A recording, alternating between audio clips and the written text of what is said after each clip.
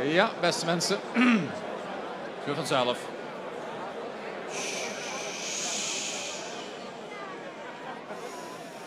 Dames en heren. Dank u wel. Ja, dames en heren. Beste Limburgers van geboorte. Beste Limburgers uit begeerte. En zij die nog niet beseffen er al lang eentje te zijn, of dat nog wensen te worden. Hier aanwezig of voor de eerste keer in de livestream meekijkend met Facebook. Dames en heren, welkom hier in de feestzaal van het gouvernement. Dus welkom allen in het nieuwe jaar. Een nieuw jaar 2020, waarin ik ons allen, ook namens de leden van gedeputeerde staten hier aanwezig en van provinciale staten, veel geluk, veel voorspoed en een goede gezondheid wens. In een Limburg, dames en heren, dat de vrijheid bezit het beste voor elkaar te betekenen. U zag mij zojuist, tenminste een aantal van u zagen dat, binnentreden met Jong Volk. Jong Volk als een levende introductie op de geschiedenisquiz. De quiz waarmee wij hier traditiegetrouw, in ieder geval zolang ik hier gouverneur ben, het nieuwe jaar inluiden. Bestaat er immers geen beter kompas voor de toekomst dan ons verleden. Dames en heren, de jongens en meisjes in de groene uniformen zijn welpen. En zij vieren dit jaar dat ze al hoe lang onderdeel zijn van de scoutingbeweging. Dat is meteen vraag 1. Zegt u het maar, hoe lang zijn ze er onderdeel van? Dat durf jij te antwoorden. Ze zijn dat al 100 jaar. En het is een... Ja, daar mag voor geklapt worden, zeker. Het is namelijk 100 jaar geleden dat ook de jongeren, de kinderen van 7 tot 11 jaar, in de wereld van de scouting mochten treden. En dat is een wereld waarin ze van jongs af aan leren op elkaar te vertrouwen. En leren om verantwoordelijkheid te dragen. Voor elkaar en voor de natuur waarin ze samen spelen. En ook ik, dames en heren, ben zo'n welp geweest. En ik heb dat geleerd. Ja, een kleine Zheng die daarmee ook al vroeg leerde dat een stad niet kan zonder een buitengebied. Maar niet alleen vanwege deze opgedane wijsheid draag ik de scoutingbeweging een warm hart toe. Ik ben daar namelijk ook verliefd geworden op een Akela, waarmee ik immers inmiddels ruim 32 jaar gelukkig ben getrouwd. Professor, hoe is het? En dat, dames en heren, zou wel eens het grote geheim achter de gouverneur kunnen zijn. Een welp belooft immers aan zijn Akela elke dag weer om zijn best te doen. En de echte welpen beginnen nu te zeggen, Akela, wij doen ons best, maar dat hoor ik nog niet gebeuren. Dat was vraag 1, dames en heren, dat was een makkelijke. Nu dus vraag 2. Wat zette 125 jaar geleden, in 1895, Limburg letterlijk totaal op zijn kop? Roept u maar? Nee. Dat was het bezoek van 2 koninginnen. Het 2 koninginnenbezoek waarmee koningin Emma haar 15-jarige dochter Wilhelmina ook aan het Limburgse volk wilde presenteren. Al was er getwijfeld of het wel verantwoord was om het koningskind te wagen aan de lange reis naar het donkere zuiden. Want hoe betrouwbaar waren die Limburgers nou helemaal?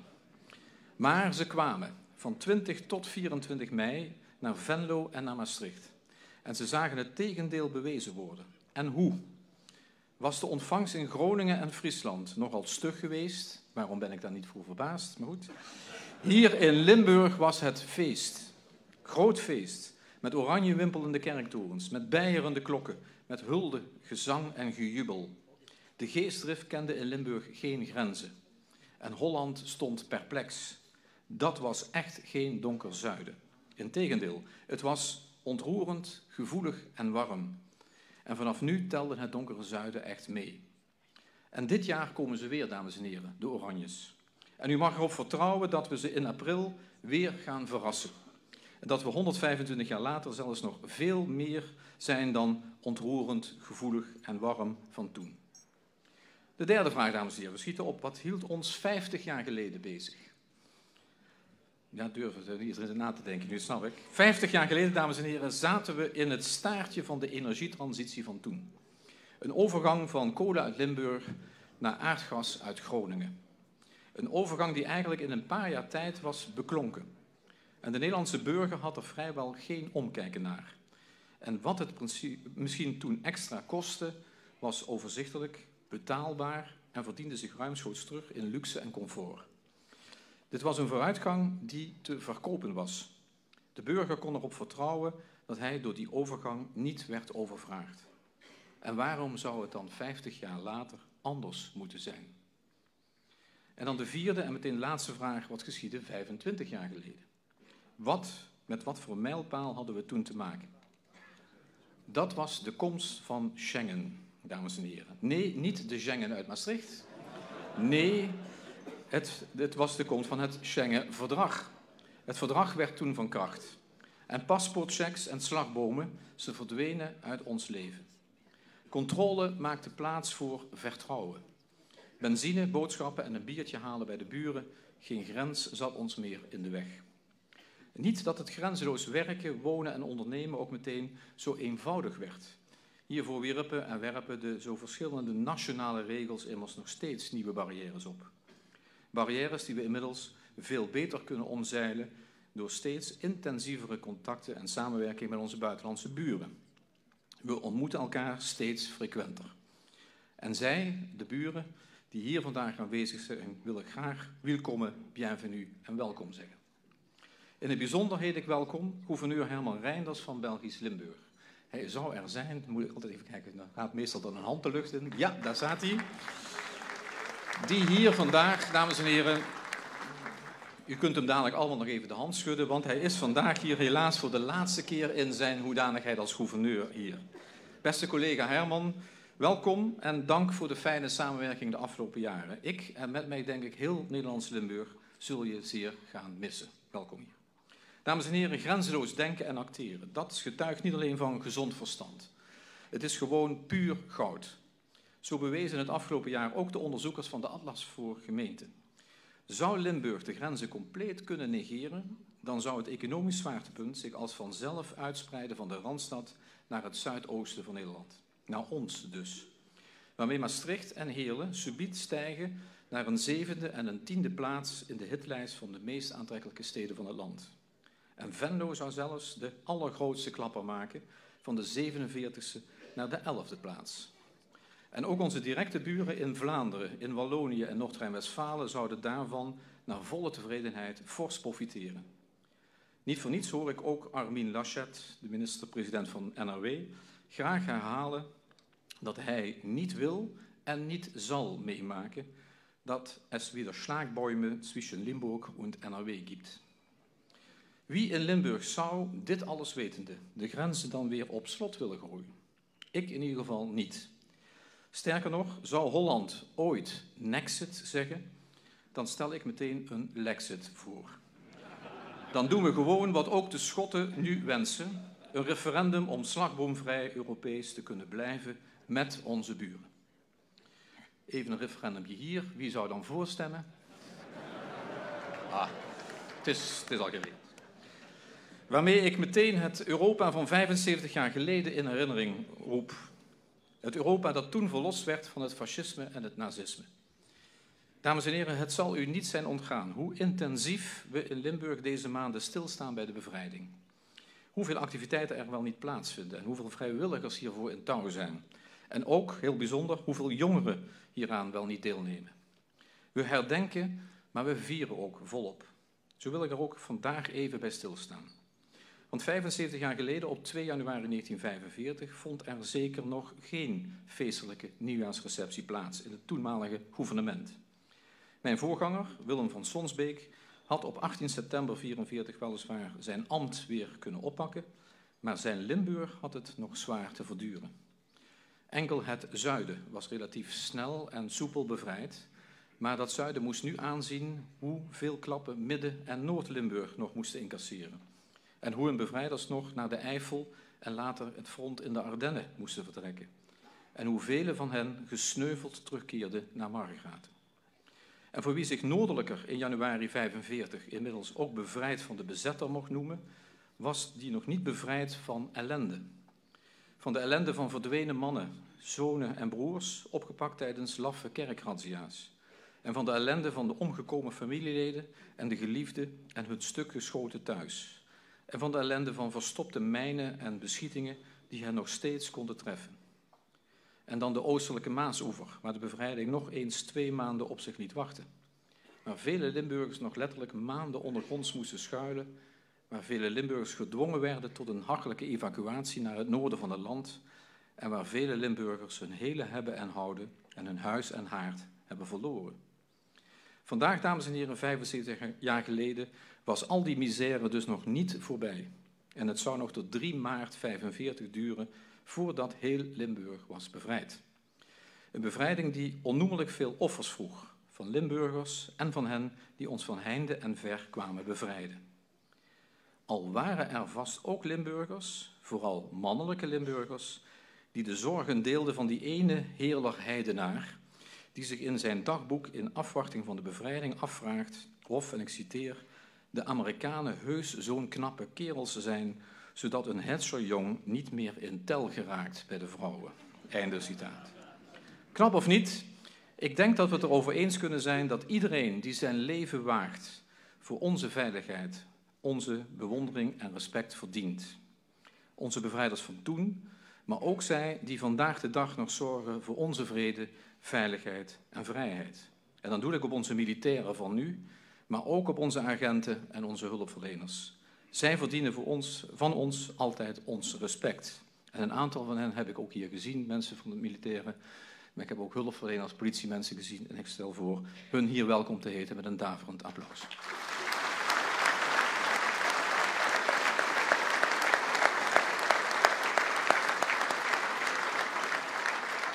Dames en heren, ik blijf er tijdens die vele prachtige herdenkingsbijeenkomsten op hameren dat wij die zo zwaar bevochten vrijheid waard moeten blijven.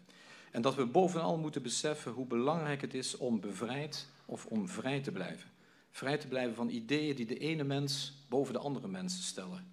En vrij te blijven van het kwaad dat vooral in extreme schuilt. En vrij te blijven van intimidatie en van tirannie. En dat is een opgave waar we niet alleen in Limburg voor staan, maar samen. Samen, zoals ook Europa na die vreselijke oorlog besloot, om samen te voorkomen dat we ooit weer met elkaar in oorlog zouden raken. En samen, zoals dat ook 75 jaar geleden uitmondde in de oprichting van de Verenigde Naties. Een VN die op 25 april 1945 werd opgericht met als belangrijkste doel het handhaven van de internationale vrede en veiligheid. En het is ook met dit doel voor ogen, dames en heren, dat deze inmiddels 193 lidstaten tellende organisatie 5 jaar geleden tekende voor 17 doelen voor duurzame ontwikkeling. De 17 Sustainable Development Goals. Die moeten maken dat onze wereld, onze planeet, gezond blijft en de kloven in de welvaart en welzijn verdwijnen. En dat moet uiterlijk in 2030 gebeurd zijn. Limburg, dames en heren, kan die uitdaging aan. Die kan die uitdaging aan om in ieder geval vanuit dit mooiste stukje op aarde een behoorlijke bijdrage te leveren.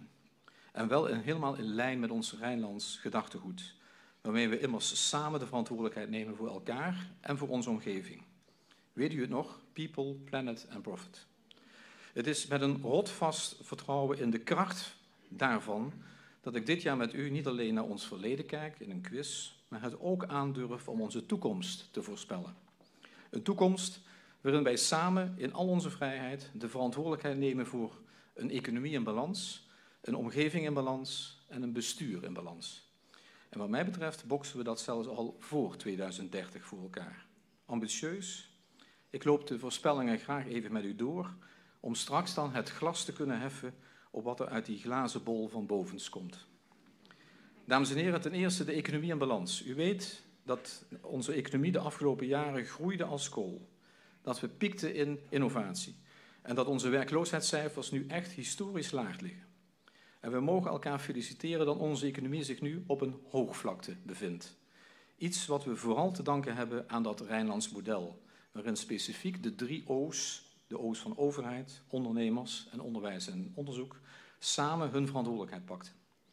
Maar nu we ons met die robuuste economie op een hoogvlakte bevinden, dragen we ook samen de opgave om daar te blijven.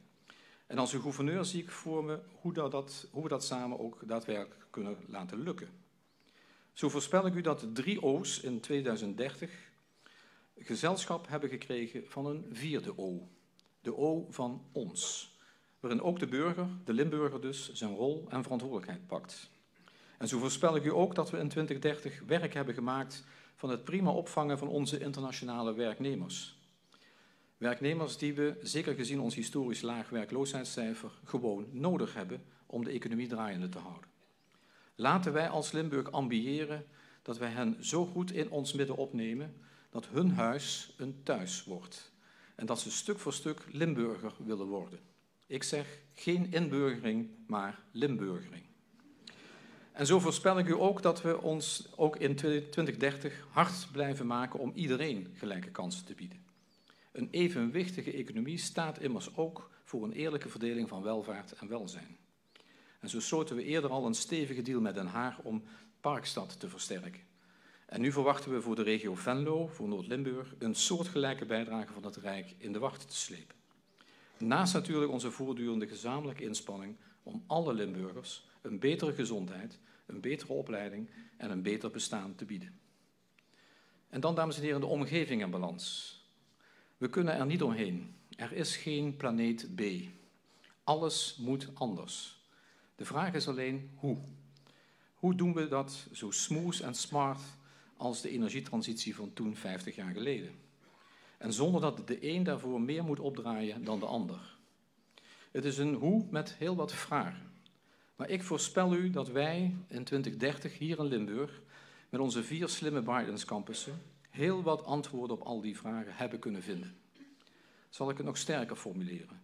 Als de nieuwe Europese Commissievoorzitter Ursula von der Leyen de Green Deal het man op de maan moment voor de EU noemt, dan voorspel ik dat Limburg het nieuwe Houston wordt.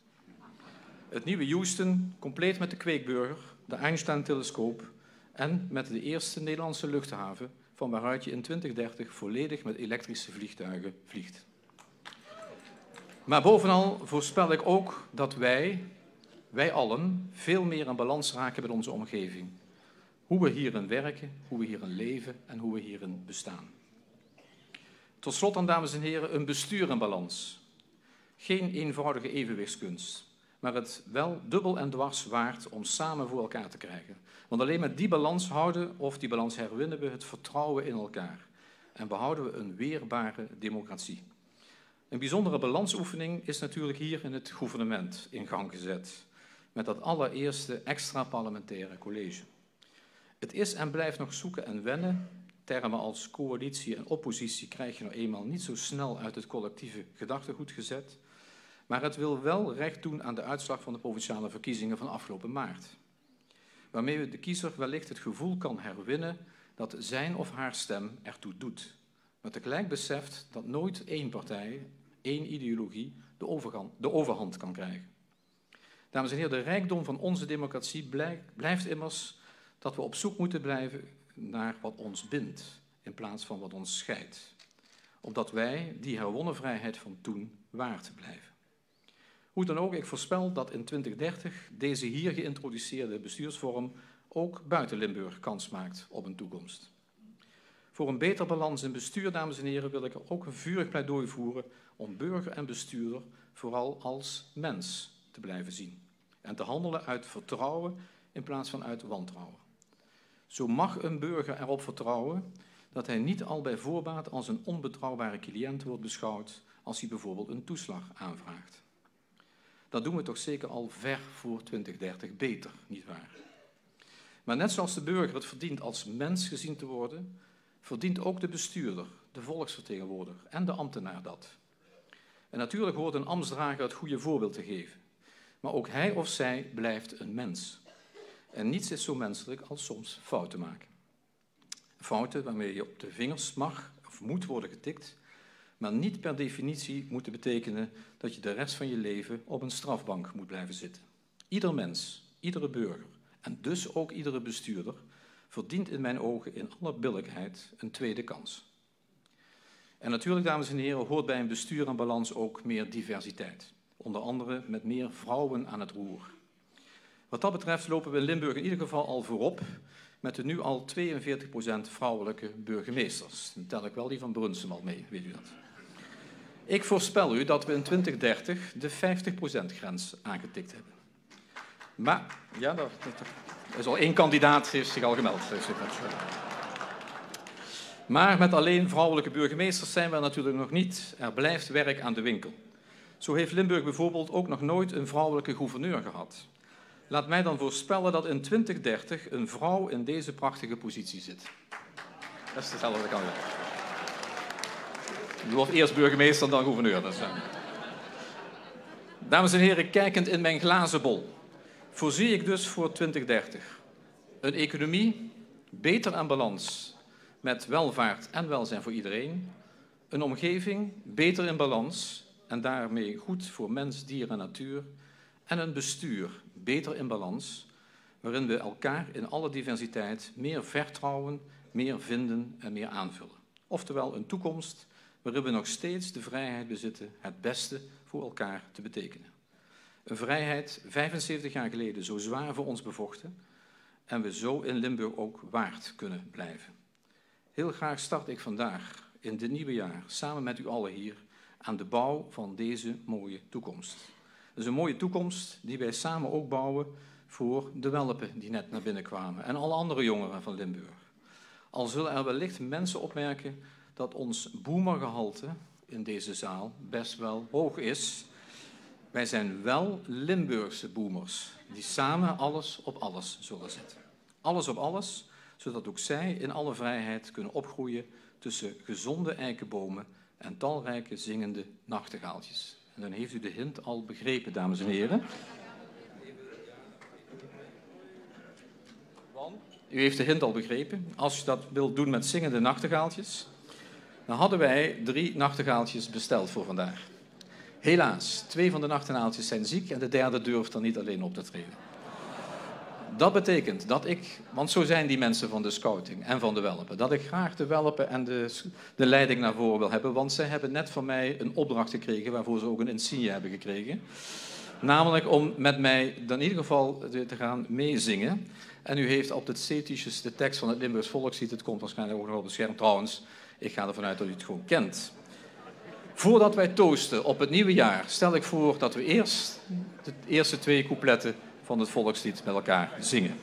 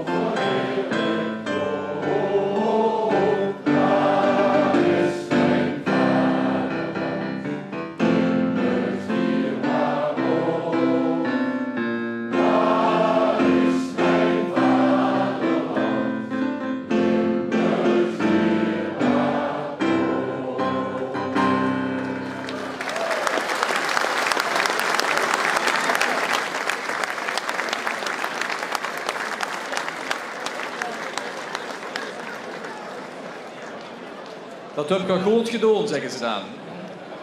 U mag blijven. Dames en heren, op het nieuwe jaar, op de balans in Limburg in 2030 en zoveel eerder als mogelijk is, op de glazen bol van de gouverneur. Dames en heren, gezondheid, allemaal een gezond 2020 en dank voor al uw inzet voor deze provincie. Dank u wel.